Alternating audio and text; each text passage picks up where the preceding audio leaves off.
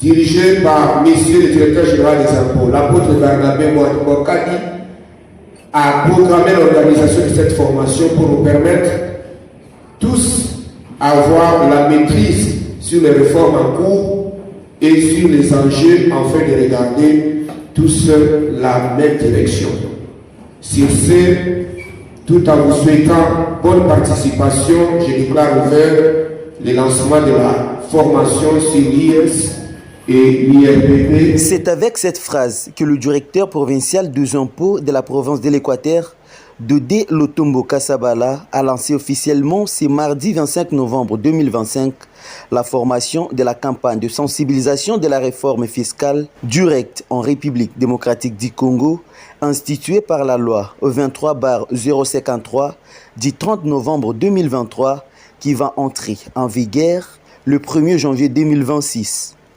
Dans ce mot, le numéro 1 de la direction provinciale des impôts dans l'Équateur a montré l'importance de cette réforme qui simplifie la fiscalité directe.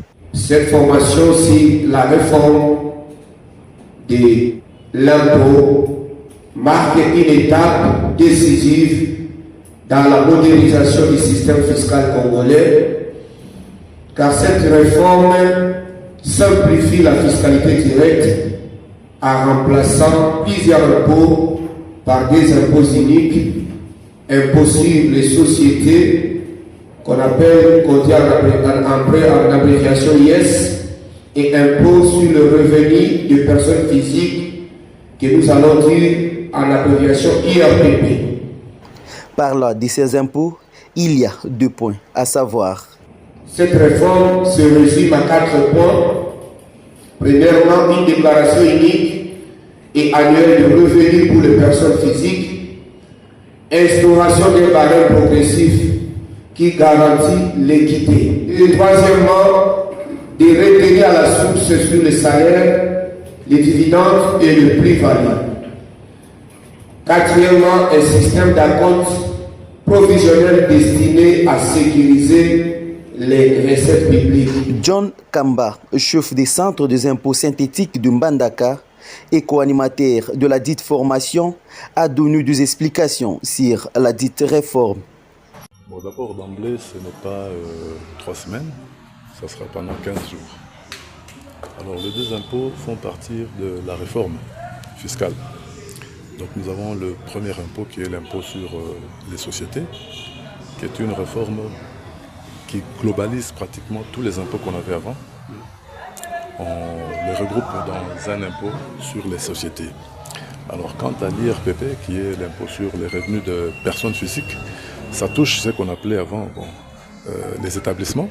On a quelqu'un qui a son établissement, il y a l'impôt sur les revenus professionnels, donc ça veut dire les hyper. Nous les globalisons en les mettant dans un seul impôt, l'impôt sur les revenus des personnes physiques.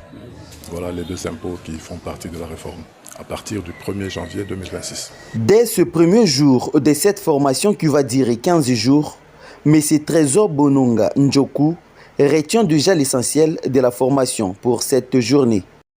Ce que nous avions retenu dans cette formation, c'est justement l'IS, parce qu'avant on appelait IBP, et maintenant ce n'est plus IBP.